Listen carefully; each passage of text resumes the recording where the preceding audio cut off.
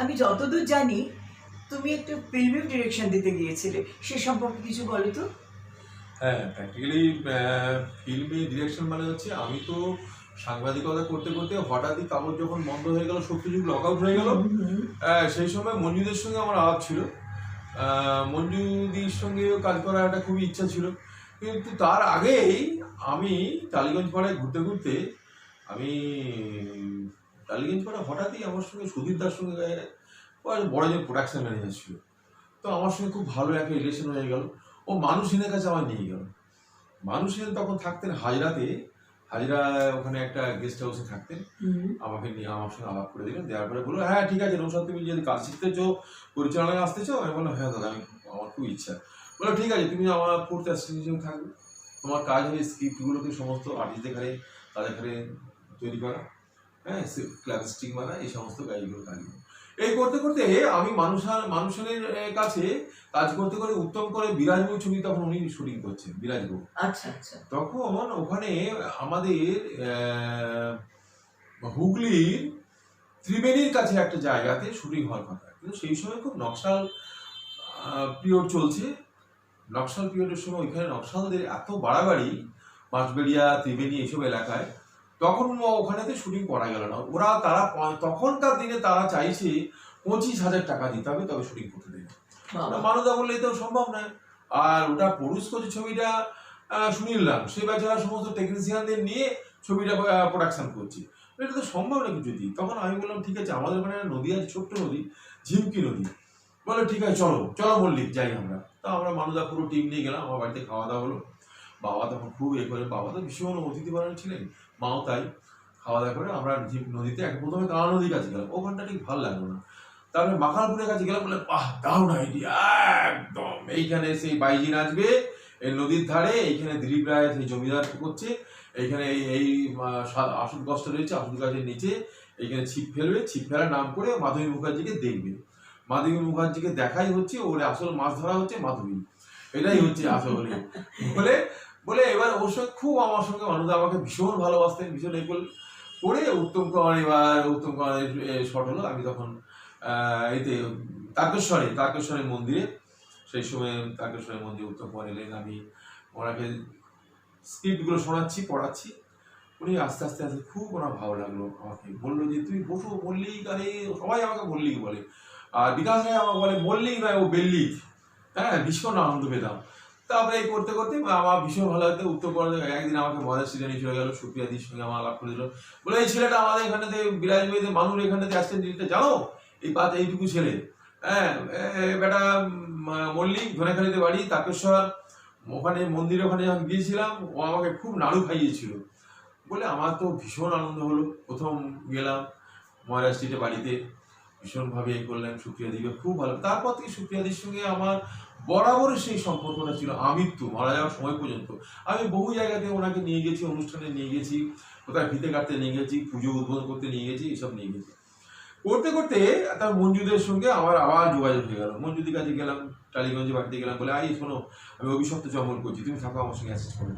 তো সত্যি দেখলাম মঞ্জুদির কাছে আমি কাজ শিখেছিলাম, যে অ্যাসিস্ট্যান্ট ডিরেক্টর কাকে বলে এটা মঞ্জুদি এত কাজ জানতে, সেই সব দিনগুলোর কথা আমি কোনোদিন ভুলতে পারি না।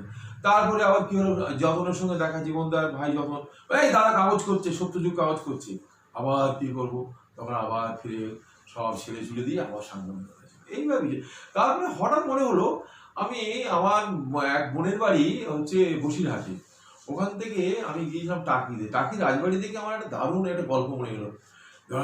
বিশাল আওয়াজ হচ্ছে, সব বলছে সব ভূতের আওয়াজ, ভূত এইসব নিয়ে ভূত পেতিতে নেই, বিজ্ঞান তো বলে ভূত পেতি কোথায়। তখন আমি একটা গল্প লিখলাম, দেখা গেল স্মাগলার যারা স্মাগলারদের ড্রেন হচ্ছে ওই ভূতের বাড়িটা, ওই বাড়িটা ওটা আসলে ভূত নয়, ওরা স্মাগলিং ড্রেন। কিছু বাচ্চা ছেলে সেই তারা এটাকে মানে অপারেশন করলো, যে দেখা গেল যে ওটা হচ্ছে স্মাগলিং ডে, ওটা ভূত পেতে বলবি। এইটা নিয়ে আমার বিজ্ঞান ভিত্তিক একটা চলচ্চিত্র করার ইচ্ছা হইলো, সোনার কুটির সন্ধান। সোনার কুটির সন্ধানে মানে কি, ওই কুটিটার নাম হচ্ছে সোনার কুটি। এবার এই বাচ্চা ছেলেগুলো সন্ধান করে দেখলো যে না, ওটা স্মাগলিং ড্রেন, ওটা ভূতের জায়গা না। তো খুদে ডিটেকটিভ। সেটা আমারই গল্প সেটা নিয়ে করতে গেলাম। যে নায়িকা তার নাম ছিল সোনা, সে একটা দারুণ সুন্দর কাহিনী, বিশাল কাহিনী বলতে গেলে এটা একটা এপিসোড হয়ে যাবে। হ্যাঁ, তো সোনাকুড়ির সন্ধানে আমি তৎকালীন সময়ে আমাদের শিক্ষা দপ্তরের রাষ্ট্রমন্ত্রী আব্দুল বারী সাহেব, উনি এটা ক্যাপাসিটি দিয়েছিলেন, উদ্বোধন করেছিলেন। শক্তি ঠাকুর ছিল, আরও সব ছিল অনেকে, কিন্তু ওইটা কমপ্লিট করতে পারলাম না। মানে আমাদের প্রডিউসার যে ছিল, আমাদের তাকেশ্বরের বাড়ি অজয় ঘোষ মন্ডল, সেটাকে কমপ্লিট করতে পারলাম। ছবিটা এখনো কমপ্লিট হলো না, এটাই আমার দুঃখ। আচ্ছা, যাই হোক, তারপরে এইসব করতে করতে এইসব তো করেছি, ছবি করেছি, চলচ্চিত্র ডিরেকশন দিয়েছি, অভিনয় করেছি, টেলিফিল্ম করেছি, টেলিফিল্মে অ্যাওয়ার্ড পেয়েছি, সাংবাদিকতায় অ্যাওয়ার্ড পেয়েছি, হ্যাঁ, অভিনয়ে অ্যাওয়ার্ড পেয়েছি, করেছি। কিন্তু আর একটা দিক আমার আছে। হ্যাঁ, আমি জানি সাংবাদিকতা, টেলিফিল্ম মেকার এবং অভিনেতা ছাড়াও তোমরা একটা সোশ্যাল ওয়ার্কার হিসেবে তোমার একটা বিরাট ভূমিকা রয়েছে, যেটা সম্পর্কে কিছু বললে দর্শক বন্ধুরা তোমার এই ভার্সেটাইল জীবনে কিছু জানতে পারে। এটা একটা ব্যাপার আছে। এটা হচ্ছে, আমার বাবা তো ছিলেন রাজনৈতিক নেতা, তিনি ছিলেন communist party one of the founder Hooghly জেলা, ফাউন্ডার মেম্বার। এবং তার পরবর্তী সময়ে তিনি দেখলেন যে পার্টির মধ্য দিয়ে সাধারণ মানুষ, গরিব মানুষকে অনেক কিছু দেয়া যাচ্ছে না। সেই জন্য তিনি একটা করলেন যে একটা আমাকে বললেন, আমার ডাকনাম টুনু, বলে টুনু আমাদের একটা স্বেচ্ছাসেবী প্রতিষ্ঠান, এনজিও যাকে বলে, আমরা করব। আমার পার্টির মধ্য দিয়ে অনেক কিছু আমরা করতে পারি না, সেটা সেই এনজিওর মধ্য দিয়ে করতে পারি। সেই বাবার প্রতিষ্ঠিত হিরণ্যবাটি গ্রামীণ শিল্প নিকেতন, সেটা নিয়ে আমি আমার এলাকায় ধনেখালি, তারকেশ্বর, হরিপাল, কোলবা, এইসব এরিয়ায় গরিব মানুষকে আমরা বিভিন্নভাবে ভোকেশনাল ট্রেনিং দিয়ে তাদের কাছে নির্ভর করেছি। আমরা অ্যাডাল্ট এডুকেশনে করেছি। আমরা এক সময়তে রাজ্য সরকারের, কেন্দ্রীয় সরকারের আমরা অ্যাডাল্ট এডুকেশনের স্কিমে আমরা কাজ করেছি। সেটা নিয়েই তো আমার প্রণাম তোমার বিদ্যাসাগর যে নাটকটা, সেখান থেকে সাক্ষরতাটা ওইখান থেকে আমরা অনেক কিছু জানতে পেরেছিলাম, অনেক কিছু শিখেছিলাম। হ্যাঁ, তারপর আমরা চিকন এমব্রয়ডারি এইসবের উপরেতে আমরা ট্রেনিং দিয়েছি গরিব মুসলিম মেয়েদের। এখন আমরা ভোকেশনাল ট্রেনিং দিচ্ছি, চিকন এমব্রয়ডারি, আচার মানে পিকল, তারপরেতে কম্পিউটার, তারপরেতে সেলাই, হ্যাঁ, টেলারিং, এই সমস্ত উপরে ট্রেনিং দিয়ে বহু ছেলেকে আমরা স্বনির্ভর করে তুলছি। আমরা তাদের হাতে কলমে কাজ দিয়ে শেখাচ্ছি, কাজ দিচ্ছি, তাদের এখানে নিজেদের পায়ে দাঁড়াচ্ছি। এইভাবে করতে করতে আমরা ওই এলাকার এই আমফান ঝড়ের সময় বহু মানুষকে আমরা সাহায্য দিয়েছি। হিমাদ্রি কেমিক্যালস ফাউন্ডেশনে ওরা বিশাল বড় ওদের কোম্পানি, সেই কোম্পানি থেকে আমরা সাহায্য নিয়ে আমরা করেছি, আমরা মানুষকে দিয়েছি। লকডাউনের সময় গরিব মানুষ যখন খেতে পাচ্ছে না, বহু শত শত গরিব মানুষকে আমরা সাহায্য দিই, চাল দিয়েছি, ডাল দিয়েছি, আলু দিয়েছি, তেল দিয়েছি, এসব দিয়ে মানুষকে সাহায্য করেছি। এবং এখন আমার সবচেয়ে বড় যেটা কাজ আমাদের এখন, সেটা হচ্ছে আমরা আমার বাবার নামে একটা রওশন আলী মল্লিক মেমোরিয়াল মিশন বলে একটা স্কুল করতে যাচ্ছি আমরা। একটা মানে নার্সারি টু হায়ার সেকেন্ডারি, একদম উইথ হোস্টেল, আমরা একটা মিশন স্কুল করতে যাচ্ছি। এটা আমার একটা পরিকল্পনা আছে। আর একটা আমার মায়ের নামে এই এনজিও থেকে রওশনা বেগম বৃদ্ধাশ্রম, ওল্ড এজ হোম, এটা আমরা করতে যাচ্ছি। এই দুটো আমার মিশন আছে, আমার অ্যাম্বিশন আছে, আমার স্বপ্ন আছে যে আগামী দিনে যেন এই আমার বাবার নামে এই মিশন স্কুলটা আর আমার মায়ের নামে ওল্ড এজ হোমটা, এইটা যাতে আমি তৈরি করতে পারি। তাতে গরিব গুরব যে সমস্ত বহু মহিলা আছে যাদের দেখে না, বা পুরুষও আছে, অনেক ছেলেরা দেখে না, তাদের এখানে যেমন রাখা যাবে, তেমনি আবার যারা বিদেশ চলে যাচ্ছে, তার মাকে রাখার জায়গা পাচ্ছে না, হ্যাঁ, বাবাকে রাখার জায়গা পাচ্ছে না, তাদের সেখানে তাদের একটা যে আশ্রম নয়, আমরা একটা বৃদ্ধাশ্রম বলবো না, একটা সুন্দর একটা তাদের মানে আলোয় ঘর একটা, হ্যাঁ, নিলয় একটা, সেই ধরনের আমরা আমাদের পরিকল্পনা আছে। যে বিশাল একটা পুকুর থাকবে, চারিদিকে থাকবে, পার্ক থাকবে, হ্যাঁ, খেলার মাঠ থাকবে, এই সমস্ত আমাদের পরিকল্পনা আছে। দেখা যাক কি করা যায়। এখন এটা তো আমার বহুদিনের ইচ্ছা, এবং সেটা আমরা আগামী দিনে আমি এই ইচ্ছাটা যদি পূর্ণ হয়, সেই জন্যে আমি খুব চেষ্টা করছি। ওপরওয়ালা, আল্লাহ, খোদাবর, ভগবান সহায় যদি হয়, তাহলে আমার বাবার নামে এই মিশন স্কুলটা আর এই বৃদ্ধাশ্রম, তাদের মানে আশ্রয়, সেটা আমি করতে চাই। এই করতে করতে প্র্যাকটিক্যালি সময়টা তো কেটে গেল, অনেকটা চলে গেল, অনেকটা সময়।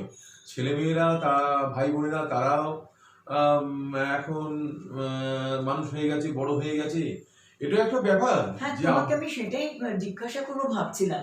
তুমি এত কিছু সামলেও এই ভাই বোন ছেলে মেয়েদের লেখাপড়া শেখানো, তাদের স্বনির্ভর করা, বিয়ে থা দেয়া, সামাজিক একটা পরিচিতি দেয়া, এসব তুমি কিভাবে করেছো? হ্যাঁ, এই সম্পর্কে কিছু শোনো, বলো। এইটাই হচ্ছে আমার সব থেকে কাছে আনন্দ এবং গর্ব, যে আমার 6টা বোন, 2টো ভাই রেখে আমার বাবা চলে যান।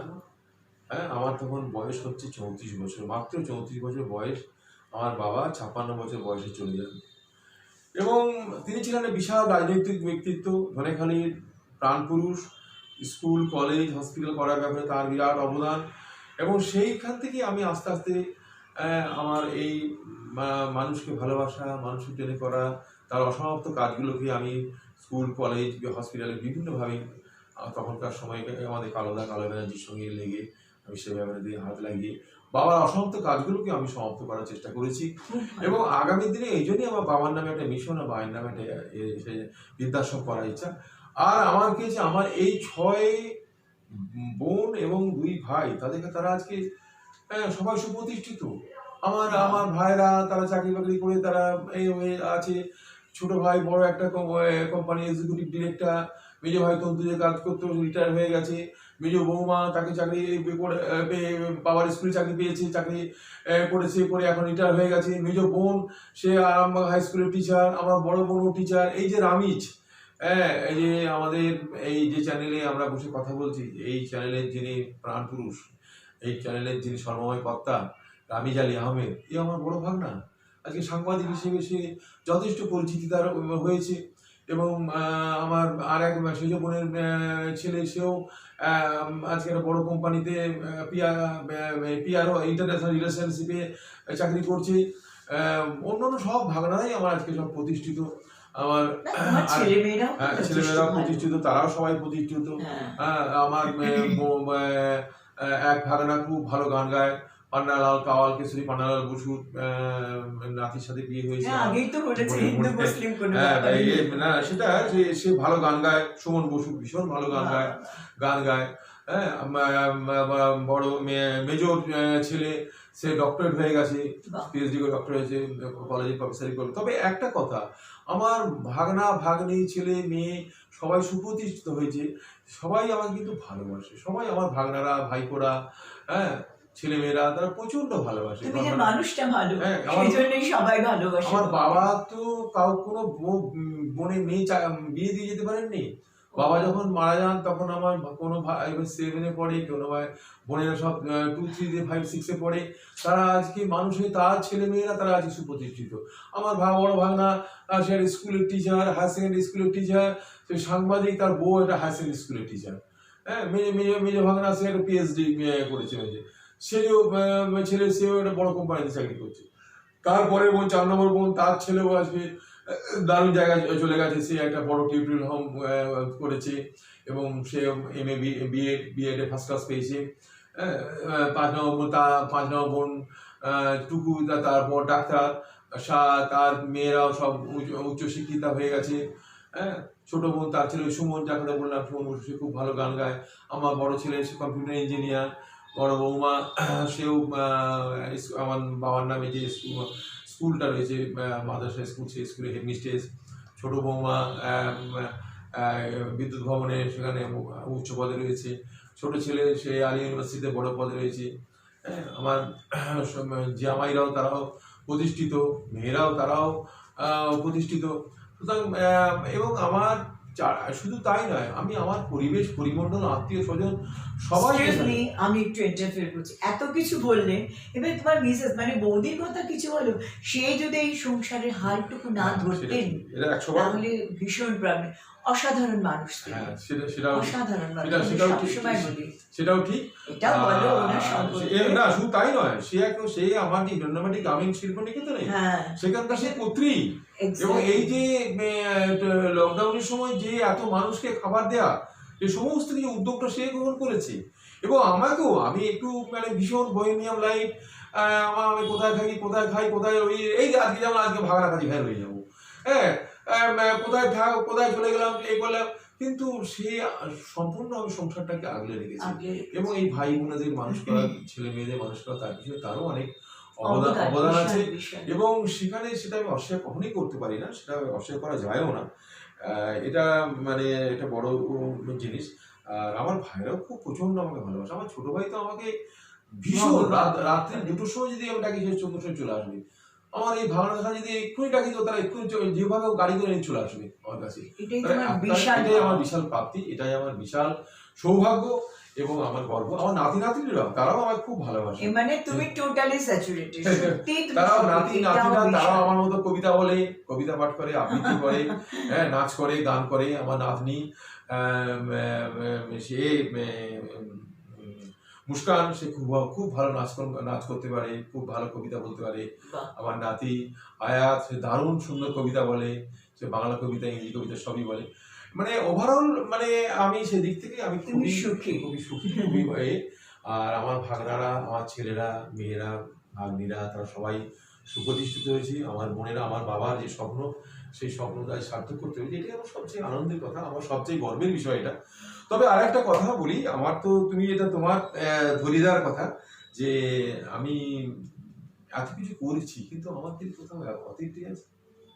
অতৃপ্তি কেন থাকবে, সেটা তুমি যদি মনে করো, নয় আমার তো মনে হয় থাকার কথা না। আচ্ছা শোনো শোনো, না, একটা আছে, কিসের আছে বলো বলো? তুমি কিসের আছে? আরে আমি কি করে তুমি বলবো তো আমার তোমায়? অনেক দিনের পুরনো বন্ধু, হ্যাঁ, বহুদিনের বন্ধু, সেটাও ঠিকই। তোমার সঙ্গে দীর্ঘদিনের আমার বন্ধুত্ব। হ্যাঁ হ্যাঁ, হ্যাঁ, আমার না, একটা আমরা খুব মানে খোলাখুলি আলোচনা খোলাখুলি করি। আলোচনা করি, এখানেও খোলাখুলি আমরা সবাই বসে হ্যাঁ, করছি, হ্যাঁ। এ করছি। তো অতিথিরা অন্য অর্থ, সে তো সম্মান, তোমার আছে, যশ, সবই পেয়েছো তুমি। বাড়ি ঘর গাড়ি হ্যাঁ। সব কিছু হয়েছে আমার, সবাই এক প্রতিনিধি। কিন্তু আমার একটা অতিথি কোথায় জানো? আমার জীবনে একটা বড় অতিথি হচ্ছে, আমার বাবা আমার নাম রেখেছিলেন নৌসাদ। ও, আমার বাবা ছিলেন হ্যাঁ, তুমি বলেছিলে। রাজনৈতিক মানুষ, রাজনৈতিক দলের মানুষ, নেতা ছিলেন, রাজনৈতিক দলের নেতা ছিলেন, রাজনৈতিক ব্যক্তিত্ব ছিলেন। হ্যাঁ। কিন্তু তিনি প্রচন্ড গান ভালোবাসতেন, প্রচন্ড খেলা ভালোবাসতেন, প্রচন্ড ফুটবল খেলার পাগল ছিলেন, যার জন্য আমি ছোটবেলায় খুব ফুটবল খেলতাম। হ্যাঁ। ফুটবল খেলা আমার নেশা ছিল প্রচন্ড। আর গান ভালোবাসতেন বলে আমার নাম রেখেছিলেন নৌসাদ। নৌসাদের মধ্যে বড় একজন সুরকার হবে, বড় একজন গায়ক হবে, এ হবে। এবং আমি গান শিখতে শুরু করেছিলাম। আমি যখন গান শিখতে শুরু করি, সেই সময়তে ক্লাস 10-এ পড়ি আমি, তখন লক্ষণ পণ্ডিত আমাকে আমাদের বাড়িতে গান শেখাতে আসতেন, আমার বোনেদের গান শেখাতো, আমার পরবর্তী সময়ে বোনেদের গান শেখাতো, আমাকে গান শেখাতো। আমি সারেগামা যখন শুরু করেছি, আমি হারমোনিয়ামটা বাবা কিনে দিয়ে শুরু করেছি। সেই সময় 66-67 সালে আমি ছাত্র আন্দোলন, বিশাল জোয়ার, কেরোসিন তেলের দাবিতে খাদ্যের দাবিতে খাদ্য আন্দোলন, হ্যাঁ, নুরুল ইসলাম ক্লাস 8-এর ছাত্র বসিরহাট বাদুড়িয়ার শহীদ হলো। আমার মধ্যে একটা শান্তিপ্রিয় ছেলে, অত্যন্ত শান্ত, অত্যন্ত মানে আমি আগের বিষয়টাও বলেছি, যে মানে এত লাজুক ছেলে, সেই ছেলে আমি উত্তাল হয়ে গেলাম রাজনীতি, গান আমার জীবন থেকে চলে গেল। যার জন্য আমার জীবনে সবাই যখন বলে আমি সব পেয়েছি, কিন্তু আমার অতীতটি হচ্ছে আমি গানটা শিখতে পারলাম না, আমি গানটা গাইতে পারলাম না। যার জন্যে আমি আমি অত্যন্ত গানের সমস্যা, আমি ভীষণভাবে। কেন তুমি শ্রুতি নাটক তো ভীষণই ভালো করো। না, সে নাটক করি, অভিনয় করি, অভিনয় তো করি আমি, অভিনয় করাই, অভিনয় স্কুল ছিল আমার, অভিনয় আমি ডিরেক্টর হিসেবে বহু অভিনেতা তৈরি করেছি, অভিনেত্রী তৈরি করেছি, সেটা ঠিক আছে। কিন্তু আমি গানটা যে গাইতে পারলাম না, এই জন্য আমার একটা বিশাল আক্ষেপ। আমি যার জন্য গান আমার ভীষণ ভালো লাগে, আমি গানের খুব শোনা। আরেকটা কথা বলবো, যে আজকের দিনে যে সাংবাদিকতা চলছে, এটা নিয়েও আমার একটা কথা আছে। আমরা তো দীর্ঘদিন সাংবাদিকতা করেছি, এখনো আমি আমার খবরের স্পন্দন পত্রিকা, আমি সম্পাদক, আমি খবরের স্পন্দন বলে একটি পত্রিকা চালাই। সেই পত্রিকাটা ভীষণভাবে জনপ্রিয় হয়েছে, আমি দেখছি আমার কাছে আছে কিনা, আমার ব্যাগেতে ছিল একটা পত্রিকা, দেখেছিলাম মনে হলো। হ্যাঁ, এই যে খবরের স্পন্দন পত্রিকায়, খবরের স্পন্দন দর্শকদের দেখাও একটু। ভীষণ ভীষণ এখন জনপ্রিয় গ্রামাঞ্চলে, এটা ভীষণভাবে চলে। এটাতে আমার বিনোদন পাতাও আছে, রামি যে বিনোদন পাতাটা দেখে, বিনোদন পাতাও আছে। কিন্তু একটা কথা আমার যেটা আক্ষেপ যেটা হচ্ছে, সেটা হচ্ছে যে সাংবাদিকতাকে নিয়ে এখন একটা চলছে, একটা মানে ইউনো জার্নালিজম, এটা আগেও ছিল, এখন আবার ভীষণভাবে হচ্ছে। বাড়িতে ঘরেতে বসে অফিসে বসে টেবিলে বসে হলুদ সাংবাদিকতা, নানা রকম কেচ্ছা, সে রাজনৈতিক নেতাই হোক অভিনেতাই হোক, তাকে নিয়ে নানা রকম কেচ্ছা। এইসব জিনিসগুলো এইগুলো কিন্তু ঠিক না। আরেকটা হচ্ছে যে কার কি ছেলে হলো, কার কে কে কোথায় রান্না করছে, কে একজন এমপি, সাংসদ, অভিনেত্রী, হ্যাঁ সে কিভাবে রান্না কত রকমের হতে পারে, সে তার একটা করছে, সে নানা রকমের পোস্ট দিচ্ছে, এই সব নিয়ে খবর, এগুলো কিন্তু ঠিক না। খবরে একটা আলাদা একটা মাধুর্য থাকবে, খবরের মধ্যে একটা সত্যতা থাকবে, খবরের মধ্যে মানুষ কি জানতে পারবে, শিখতে পারবে, এইগুলো দরকার। এখন পেড নিউজটা কিন্তু বড্ড বেশি হয়ে যাচ্ছে, এটাও আজকের দিনে এটাও ঠিক কাম্য নয়। আমরা চাই যে সংবাদপত্র সততার সঙ্গে নির্ভীকতার সঙ্গে কাজ করবে। আমরা যখন সাংবাদিকতা শুরু করি বিবেকানন্দ মঞ্চের সময় একটা কথা উনি বলেছিলেন যে মানুষের জন্য লড়াই করবে, মানুষের জন্য লিখবে। একটা কথা মনে রাখবে, যে কাগজ পড়ছে তোমার পাঠক দর্শক পয়সা দিয়ে, তাকে কোনোভাবে প্রবঞ্চিত করবে না, সেই পাঠক যেন কোনোভাবে প্রবঞ্চিত না হয়, তার জন্য তার সেই মানুষের কথা তুমি তুলে ধরবে। সেই মানুষ যাতে আগামী দিনে তোমার কাগজ থেকে সে কিছু জানতে পারে, কিছু শিখতে পারে, কিছু দেখতে পায়, কিছু যেন সেই কাগজ থেকে পায়, সেই কথাটা আমাদের মনে রাখা দরকার। হ্যাঁ, যে আজকের দিনে আমাদের মানুষের সামনে আরেকটা কথা যেটা তোমার বলা হয়নি, লকডাউনের সময় আমি তোমায় জিজ্ঞেস করতাম, লকডাউনের সময় সচেতন মানুষ সবাই কিন্তু আমি লকডাউনের সময় একটা বিশাল বই লিখে ফেললাম। পশ্চিমবঙ্গ রাজ্য এবং 23টা জেলার ইতিহাস, তার আন্দোলন এবং তার বিখ্যাত ব্যক্তিত্ব এবং সেই জেলার প্রত্নতত্ত্ব, সেখানকার বিখ্যাত স্থান, সেখানকার বিখ্যাত মানুষ, সেই সমস্ত নিয়ে বাংলার মুখ নামে একটা গবেষণাধর্মী একটা বই লিখলাম।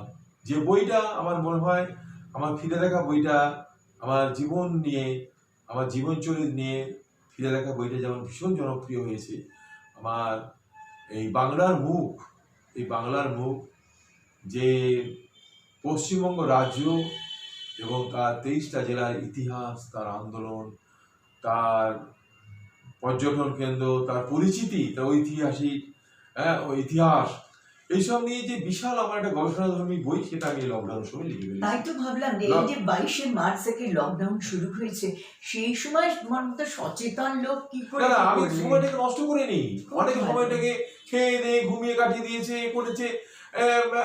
আমি কিন্তু সময়টাকে কাজে লাগিয়েছি। একটা বিশাল একটা বই আমি একটা লিখে ফেললাম, যেটা বাংলার মুখ। এবং আমার মনে হয় আমার এর আগে আমি ভালোবাসা, জীবন যন্ত্রণা, আমার গল্প এবং কাব্য সংকলন তুমি দেখেছ, সেটা যেমন জনপ্রিয় হয়েছে। ফিরে দেখা আমার জীবনচরিত, আমার জীবনের নানা দিক, আমার জীবনকে দেখা যেসব মানুষ, তাদের নিয়ে যে বইটা ফিরে দেখা, সেটা যেমন ভীষণভাবে জনপ্রিয় হয়েছে। তুমি তো বিভিন্ন পত্রপত্রিকাতে তোমার লেখা বেরোতো।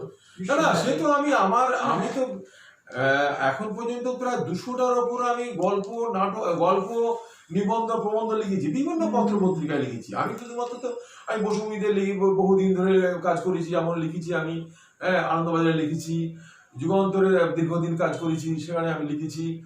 পরবর্তীকালে আমি নতুন গতিতে লিখেছি, স্টেটসম্যানে লিখেছি, এখন বাংলা দৈনিক স্টেটসম্যানে বহু আমি লেখা লিখেছি। কি বলে কলমে, দৈনিক কলমেও সেখানেও লিখেছি, বহু লেখা লিখেছি। মানে শুধু দৈনিক কাগজে নয়, বহু জেলাভিত্তিক কাগজ, সেখানেও তো আমি বহু লেখা লিখেছি। আমার কাছে যখনই তারা লেখা চেয়েছে, বিভিন্ন সময় পূজা সংখ্যার জন্য বিমুখ করিনি, পুজো সংখ্যার জন্য, কখনো নববর্ষের জন্য, আমি কিন্তু কখনো কাউকে বিমুখ করিনি। আমি সবসময় লেখা পাঠিয়েছি। হ্যাঁ, বড় বড় কাগজ থেকে যেমন লেখার জন্য অনেক টাকা পেয়েছি, অনেক অর্থ পেয়েছি, তেমনি আস্তে আস্তে কিন্তু আমি কিন্তু ছোট ছোট কাগজেও সেখানে টাকা না পেলেও তাদের কিন্তু আমি বঞ্চিত করিনি, তাদের কারণে আমি ভালো লেখা দিয়েছি সবসময়। এটা আমাকে মহাশয়া দেবী শিখিয়েছিলেন। মহাশয়া দেবী আমাকে ভাইয়ের মতো ভালোবাসতেন, বলতেন, নৌশাদ, পাঠক কিন্তু সবাইকে তুমি ভালোবেসে লিখবে, কাউকে ছোট পত্রিকা বলে তুমি খারাপ লেখা লিখবে না। আমি কিন্তু কখনো সেটা করি না। আপনাদের সকলকে আমার নমস্কার, আমার শুভেচ্ছা, আমার ভালোবাসা, আমার এই যে জীবনচরিত, আজকে আপনারা দেখতে পাচ্ছেন, সেটা আমাদের চ্যানেল কর্তৃপক্ষ, তাদের সৌজন্যে, তাদের প্রতি আমার কৃতজ্ঞতা রইল, আপনাদের প্রতি আমার ভালোবাসা রইল, আমার শুভেচ্ছা রইল। দর্শক বন্ধুদের তরফ থেকে এবং আমার তরফ থেকে নৌশাদ মল্লিককে অসংখ্য অসংখ্য শুভেচ্ছা এবং ধন্যবাদ জানিয়ে আজকের বিষয় শেষ করলাম। নমস্কার। নমস্কার।